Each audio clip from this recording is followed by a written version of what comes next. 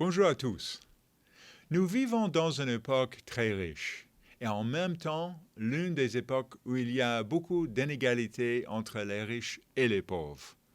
De Moscou à Tokyo, en passant par San Francisco, le coût d'achat d'une maison ou de la location d'un appartement n'a jamais été assez élevé. Le loyer moyen à San Francisco, par exemple, pour un appartement d'une chambre à coucher à 45 mètres carrés est plus de 3 600 dollars par mois, ou près de 3 100 euros par mois. Et la demande est si forte qu'il est difficile de trouver un appartement. Pourtant, en même temps, les gens de l'Europe occidentale et des États-Unis ont de plus en plus de mal à gagner assez d'argent pour payer leurs factures. Et bien sûr, en Afrique de l'Ouest, la plupart des gens vivent dans la pauvreté, alors que très peu ont de belles voitures et de belles maisons.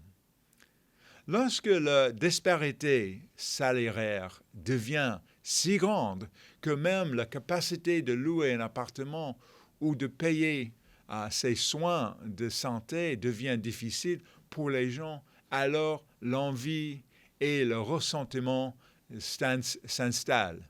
Et c'est alors que la convoitise peut commencer. Au cours de l'année écoulée, nous avons abordé 9 des 10 grands commandements. Et aujourd'hui, je voudrais parler du 10e commandement décrit dans Exode 20 et verset 17. Exode 20 et verset 17. Reportez-vous, s'il vous plaît, à Exode 20 et verset 17. Et on peut lire ce 10e commandement. Exode 20 et verset 17. Vous pouvez voir ici, « Tu ne convoiteras point la maison de ton prochain.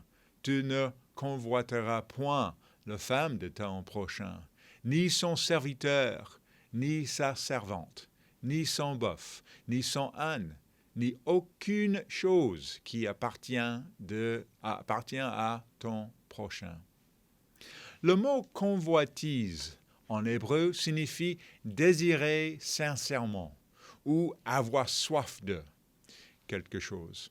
Le convoitise est donc une pensée.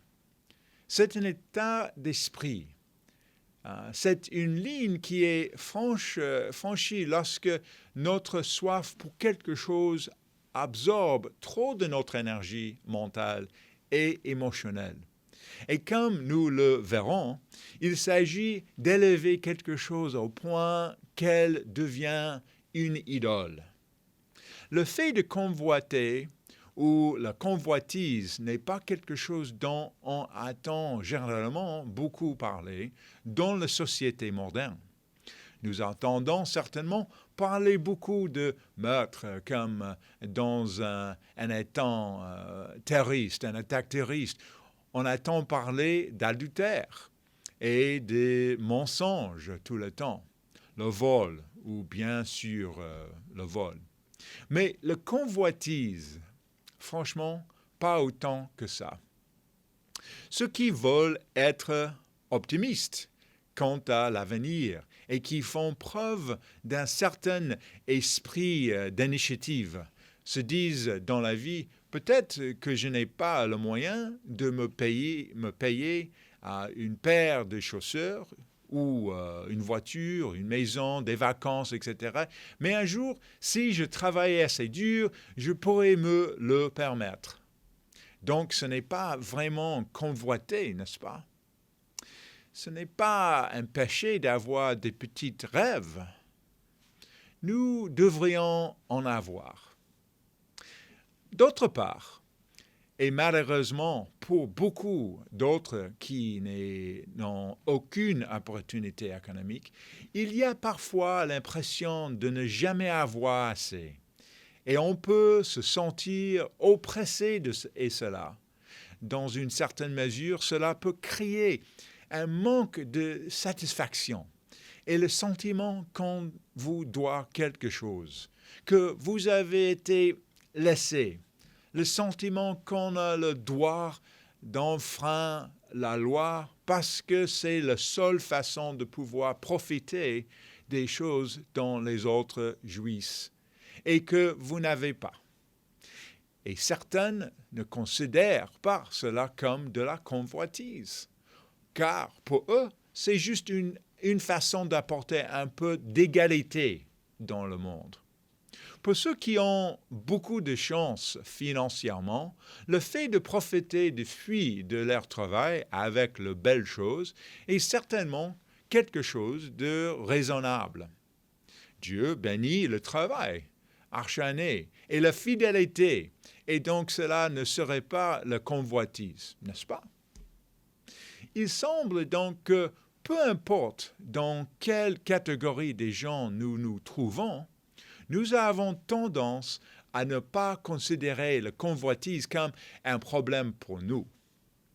Mais considérer la convoitise seulement au niveau d'une chose financière, comme l'avarice, c'est manquer l'intention plus large de ce commandement. Convoiter la femme de notre voisin n'est pas une question d'argent, mais concerne un homme et ses désirs sexuels.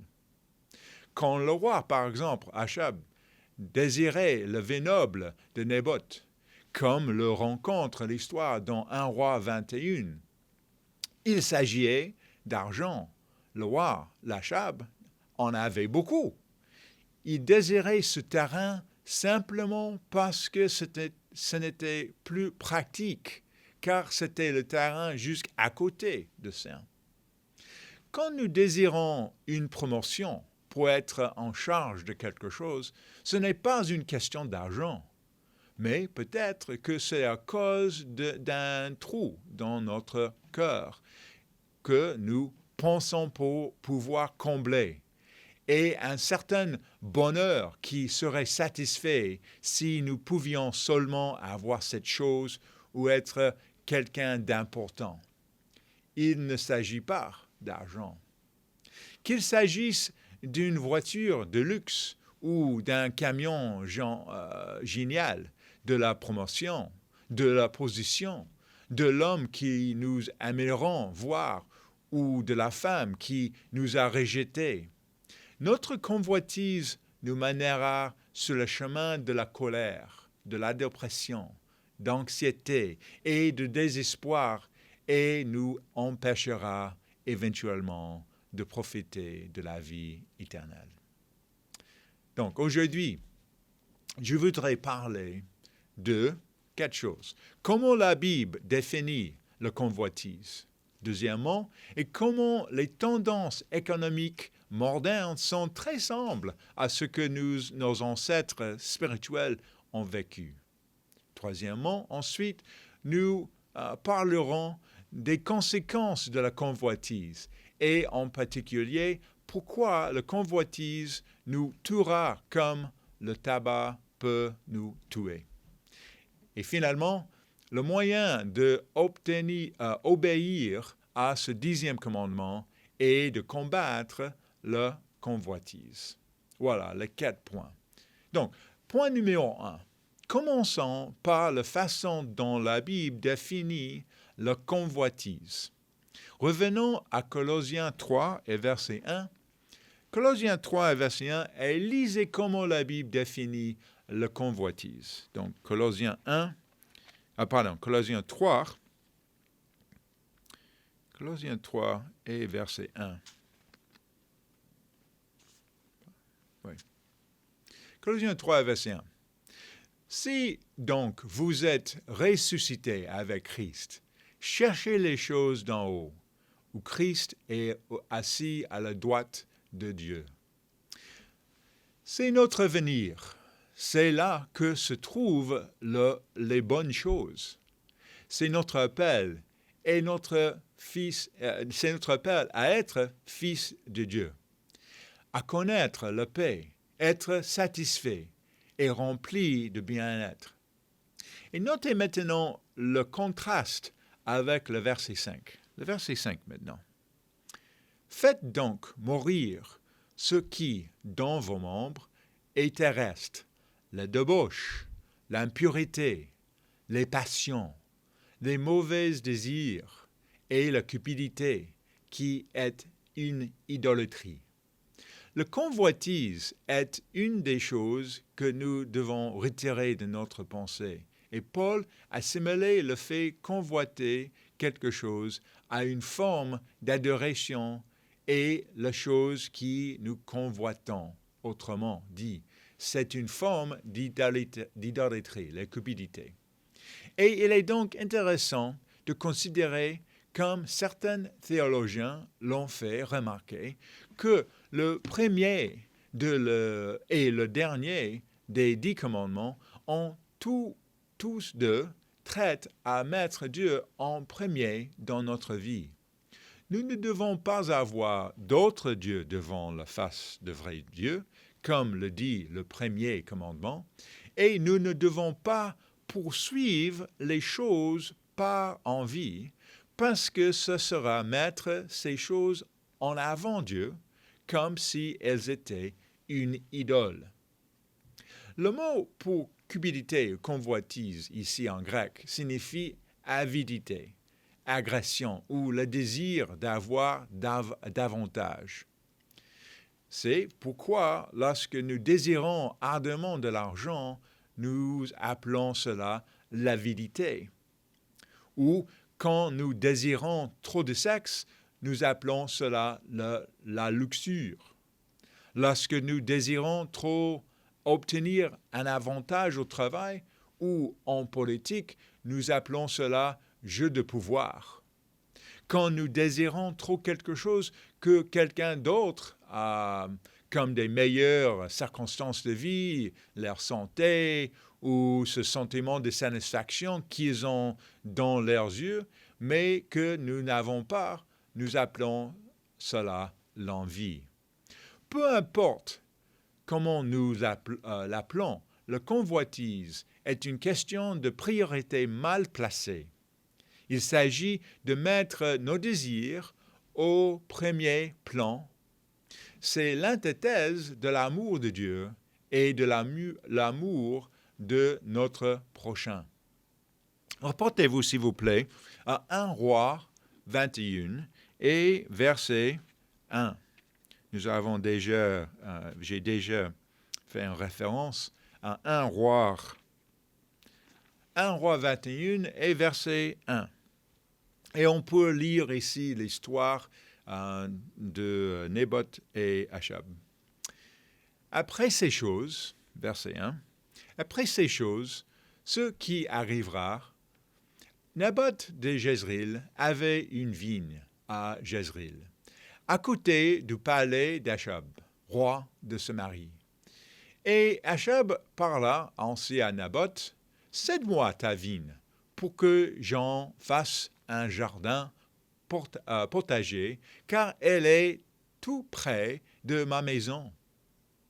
Je te donnerai à la place une vigne meilleure, ou, si cela se convient, je te paierai la valeur en argent. » Verset 3. Mais Naboth répondit à Achab, « Que l'Éternel me garde de te donner l'héritage de mes pères. » Achab rentra dans sa maison triste et irrité à cause de cette parole que lui avait dit Naboth de Jezreel. « Je ne te donnerai pas l'héritage de mes pères. » Et il s'y coucha sur son lit, détourna le visage et ne mangera rien.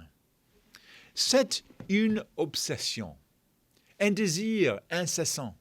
Cela consumait le pensée d'Achab au point qu'il ne pouvait pas manger.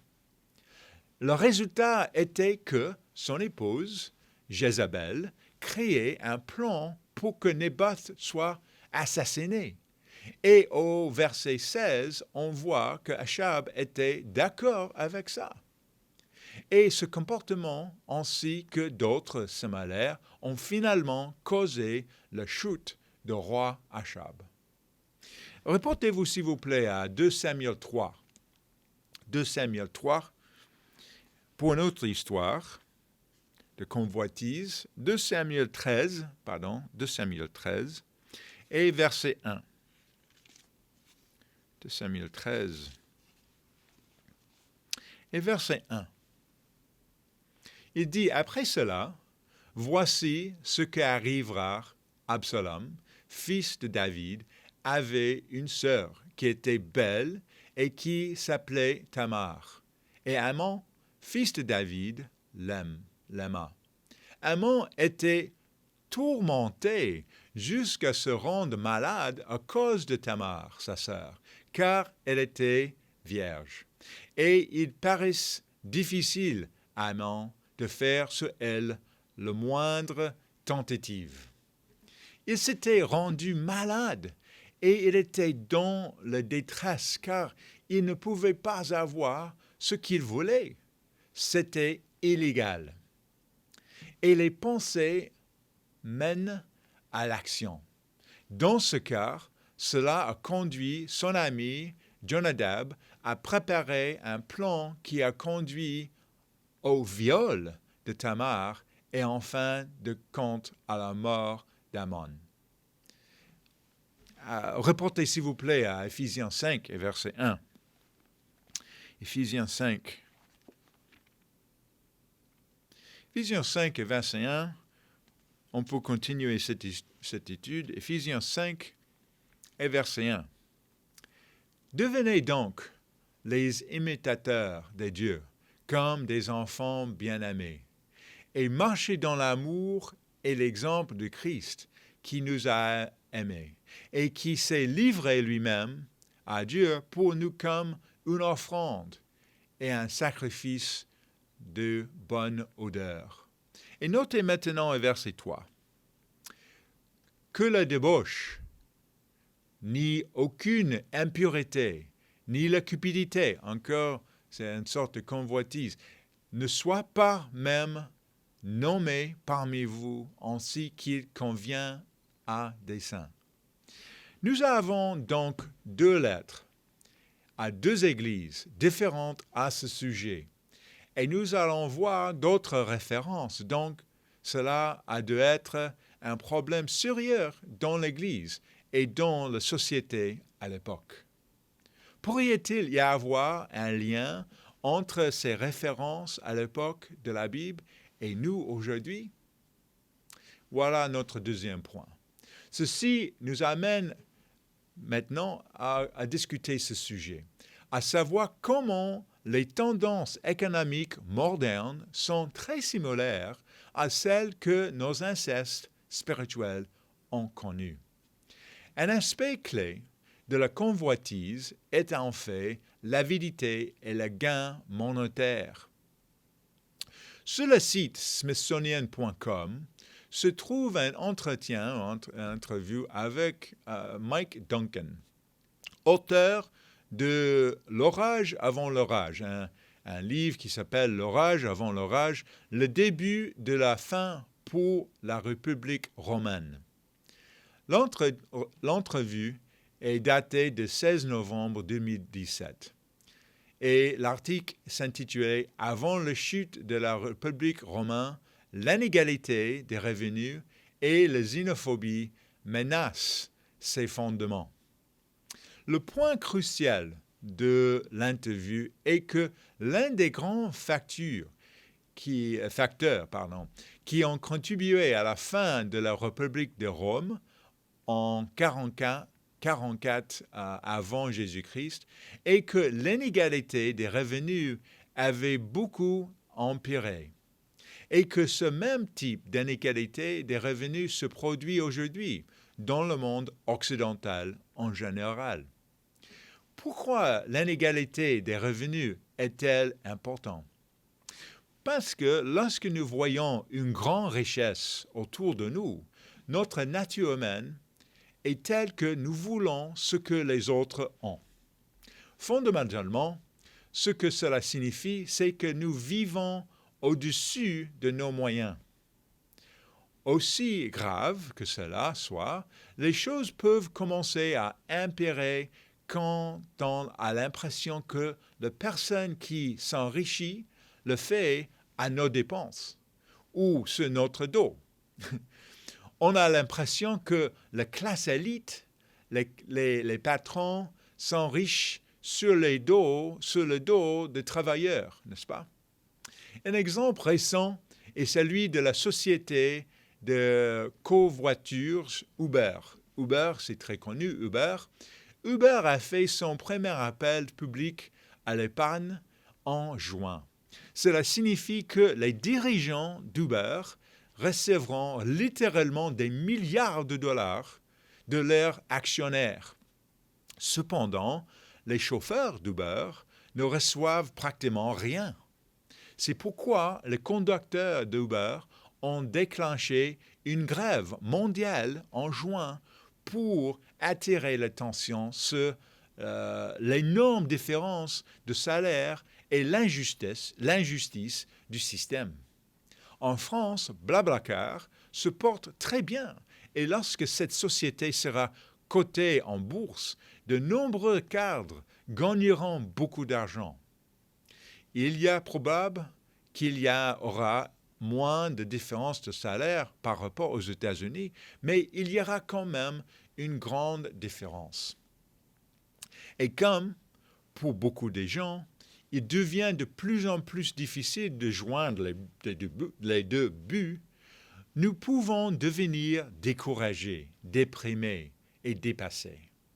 Parfois, ce découragement peut mener à un désir ardent d'avoir plus, d'avoir les choses que nous voyons que les autres ont, même si c'est juste un meilleur endroit où vivre.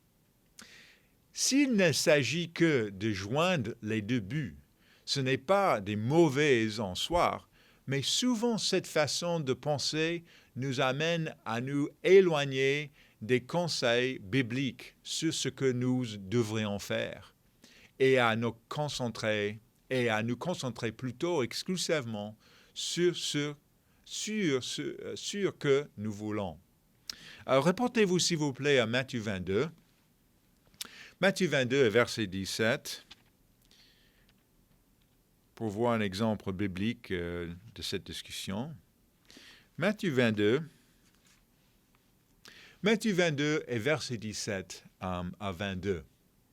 Il dit ici dans Matthieu 17, « Dis-nous donc ce qu'il t'en semble.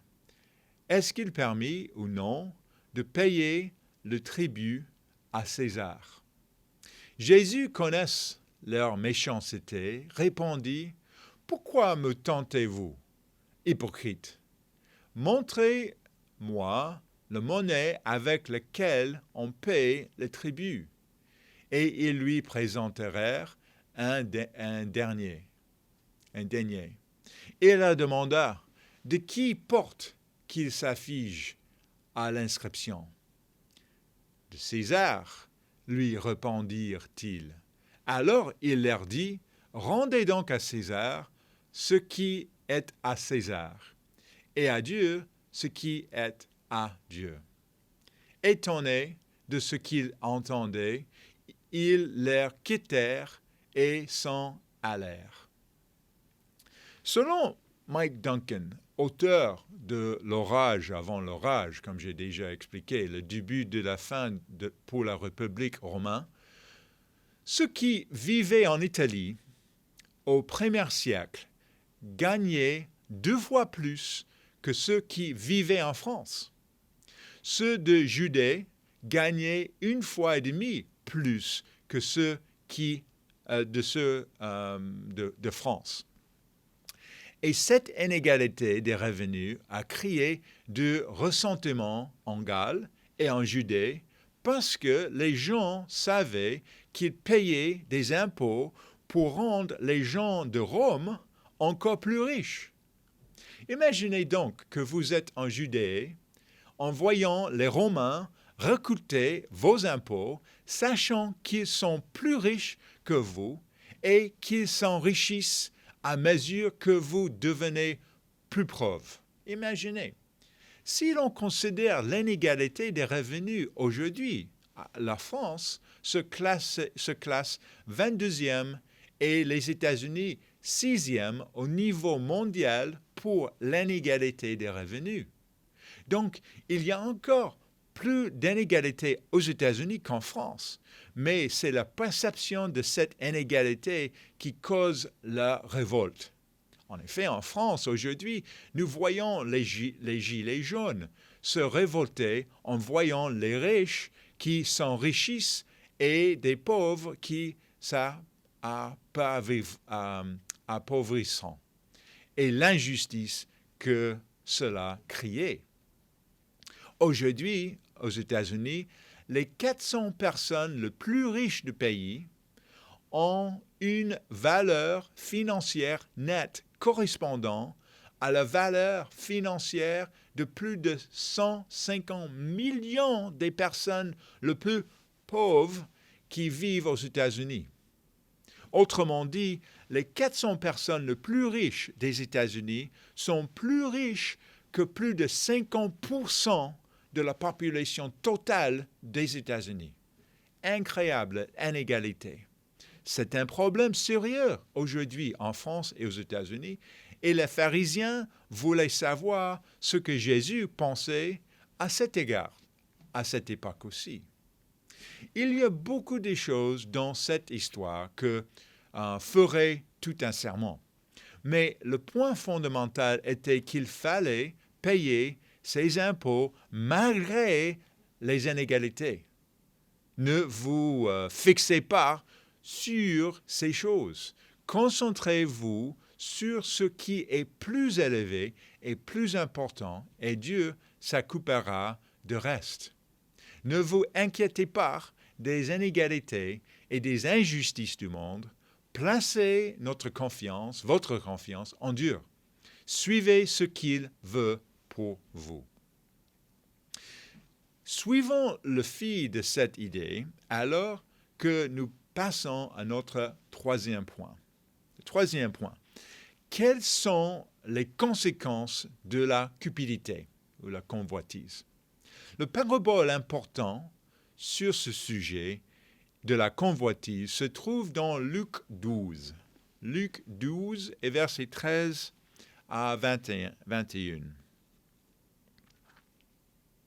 Luc 12, versets 13 à 21. Luc 12, versets 13 à 21. Quelqu'un dit à Jésus, du milieu de la foule, « Maître, dis à mon frère de partager avec moi notre héritage. » Jésus lui répondit, « Ô homme, qui m'établit pour être votre juge et pour faire vos partagés? » Puis il leur dit, « Gardez-vous avec soin de toute avarice, car la vie d'un homme ne dépend pas de ses biens. Serait-il dans l'abondance? » Jésus pouvait percevoir l'intention véritable de la question. La question a été formulée dans une perspective d'inéquité. Il se peut que l'homme ait été traité injustement, mais la question sous-jacente est celle d'un désir ardent de richesse. C'est ainsi que le Christ raconte l'histoire d'un homme riche qui mettait l'accent sur lui-même. Et il leur dit cette parabole. Ça, c'est dans verset 16, pardon. Verset 16. Il leur dit cette parabole. Les terres d'un homme riche avaient beaucoup rapporté. Et il raisonnait en lui-même, disant, « Que ferai-je? Car je n'ai pas de place pour serrer ma récolte. Voici, dit-il, ce que je ferai. Je abattrai mes greniers, j'y bâtirai de plus grands. J'y amasserai toute ma récolte et tous mes biens. Et je dirai à mon âme, tu as beaucoup de biens en réserve pour plusieurs années. Repose-toi, mange, bois et réjouis-toi. » Mais Dieu lui dit, insensé, cette nuit même, ton âme te sera redemandée. Et ce que tu as préparé, pour qui sera ce? Et verset 21. Il en est ainsi de celui qui amasse des trésors pour lui-même et qui n'est pas riche pour Dieu. Je trouve cette parabole intéressante parce que l'homme riche ne dit rien sur la cupidité ou sur le fait d'envier les autres. Toute l'histoire porte en fait sur des priorités mal placées. La vie de l'homme se concentrait de plus en plus sur le fait de récolter de plus en plus, le fait d'accumuler ses biens, occuper la majorité de son temps et de ses pensées. Il a manqué ce qui était le plus important, le plus grand priorité.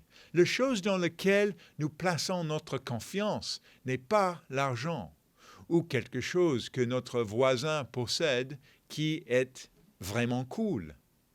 Il s'agit de nous enrichir envers Dieu. La conséquence de sa décision est que sa vie a été essentiellement gaspillée et que la vie qu'il s'attendait à avoir dans les loisirs n'est jamais arrivée. Reportez s'il vous plaît à Jacques 4 et verset 1. Jacques 4 et versets 1 à 2. Et on peut lire ici, d'où viennent les luttes et d'où viennent les querelles parmi vous? Ce n'est pas de vos passions qui combattent dans vos membres. Vous convoitez et vous ne possédez pas. Vous êtes meurtriers et envieux et vous ne pouvez pas obtenir. Vous avez des querelles et des luttes et vous ne possédez pas parce que vous ne demandez pas. Ce passage de Jacques est la déclaration le plus claire sur le sens plus large de ce qui est la convoitise. Combien d'hommes avons-nous connus qui voulaient être en charge, qui voulaient quelque chose et qui ne voulaient pas s'arrêter avant de l'avoir? Et ce type de pensée a conduit à des divisions dans l'Église et des divisions dans notre nation et la chute finale de la société. C'est la coopération et non pas la concurrence qui l'importe. Reportez-vous s'il vous plaît à Marc 7. Marc 7 et verset 20.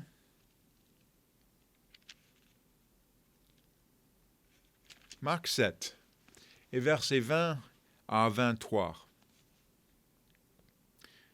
Marc 7, verset 20 à 23. Il dit encore, ce qui sort de l'homme, c'est ce qui souliait l'homme, car c'est de dedans, c'est du cœur des hommes que sortent les mauvaises pensées, les adultères, les débauches, les meurtres, les vols, les cupidités, les méchancetés, la fraude, le dérèglement, le regard envieux, la colombe, l'orgueil, la folie. Toutes ces choses mauvaises sortent de dedans et souillent l'homme. Le résultat de la convoitise est que nous en sommes souillés. Ce mot « souillé » est un mot que nous utilisons rarement aujourd'hui. Le mot en grec est le même que celui qui est utilisé pour décrire les aliments impurs, comme dans la vision de Pierre dans Acte 10. Certaines traductions traduisent même cette phrase par « vous rendre impurs ». Cela nous salit. C'est quelque chose qui ne peut pas entrer en présence de Dieu, quelque chose qui nous sépare de Dieu. La convoitise tue, tout comme fumer tue. Un désir démesuré de quelque chose nous mènera dans la direction opposée du royaume de Dieu. Voilà, point 4. Dernier point. Comment combattre la convoitise? Reportez-vous s'il vous plaît à 1 Timothée 6 pour répondre à cette question. 1 Timothée 6 à partir de verset 6. 1 Timothée 6 à partir de verset 6. C'est en fait une grande source de gain qui le pétait avec le contentement. Car nous n'avons rien apporté dans le monde et il est évident que nous n'en pouvons rien importer. Si donc nous avons la nourriture et le vêtement, cela nous suffira. Ce que j'ai découvert, c'est que nous pouvons désirer de bonnes choses, de meilleures choses, mais seulement quand nous commençons à demander à Dieu quelles sont ces meilleures choses et partager avec lui que nous nous contentons d'être là où nous sommes jusqu'à ce qu'il nous montre là où il veut que nous nous rendions dans notre vie spirituelle. Quel est le meilleur emploi? Quelle est cette meilleure relation? Quel est cet meilleur salaire? Cette meilleure voiture, etc. Et maintenant, verset 9. Mais ceux qui veulent s'enrichir tombent dans la tentation, dans le piège, et dans beaucoup de désirs insensés et pernicieux qui plongent les hommes dans leur ruine et la perdition. Verset 10. Car l'amour de l'argent est une racine de tous les maux. Et quelques-uns en étaient possédés, se sont égarés loin de la foi et se sont jetés eux-mêmes dans bien des tourments. Quel est l'antidote à la convoitise? Et verset 11 maintenant. Verset 11. Pour toi, homme de Dieu, fuis ces choses et recherche la justice, la piété, la foi, l'amour, la patience, la douceur. Combat le bon combat de la foi. Saisis la vie éternelle à laquelle tu as été appelé et pour laquelle tu as fait une belle confession en présence d'un grand nombre de témoins. Poursuivre ces choses spirituelles n'est pas synonyme de rester immobile. Ce n'est pas de la paresse. Ce n'est pas attendre un signe de sûr. C'est ce que Jésus a dit dans Matthieu. Demandez, cherchez et frappez à la porte, s'ouvrira. Mais nous devons demander selon la volonté de Dieu. Et nous devons nous soumettre à cette volonté lorsque nous demandons ces choses, lorsque nous cherchons et lorsque nous frappons. Certaines personnes ne demandent jamais, ne frappent jamais et ne cherchent jamais. Et ensuite, ils blâment Dieu pour leur situation. C'est de là, c'est de la victimisation. Et on a l'impression d'avoir été laissé. Et on pense que Dieu ne nous a pas bénis comme on pensait qu'il allait le faire. Autrement dit, le Christ nous dit de lui demander ce dont nous avons besoin. Nous devons faire des efforts, mais notre poursuite de nos désirs doit toujours être selon Dieu. Certains ne demandent pas et ne frappent pas, mais ils ignorent ce que Dieu veut pour eux et sont fixés sur leurs propres désirs, sans jamais réaliser qu'ils ne passent pas par Dieu pour rechercher leurs besoins. Nous devons demander, chercher et frapper pour comprendre l'intention et la direction de Dieu. Reportez-vous, s'il vous plaît, à Hébreux 13 et verset 5. Hébreux 13 et verset 5. Il dit, ne vous livrez pas à l'amour de l'argent. Contentez-vous de ce que vous avez, car Dieu lui-même a dit, je ne te délaisserai point et je ne t'abandonnerai point. Voilà. En conclusion, reportez-vous à Proverbe 21 et versets 25 à 26.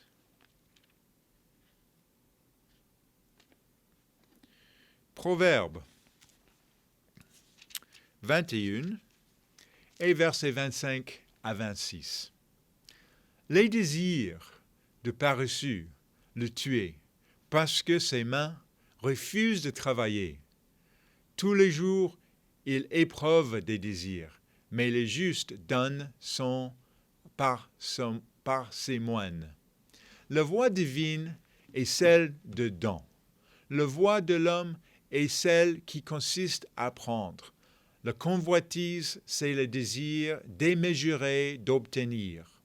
C'est un désir qui vous fait perdre vos perspectives. C'est un désir qui vous amène à suivre la voie qui consiste à prendre plutôt que la voie de don. Et ainsi, nous concluons notre discussion sur les 10 commandements où nous voyons du début jusqu'à la fin qu'il faut mettre Dieu en premier dans tout ce que nous faisons. Aimons Dieu et aimons notre prochain comme nous-mêmes. C'est la voie qui mène à la vie.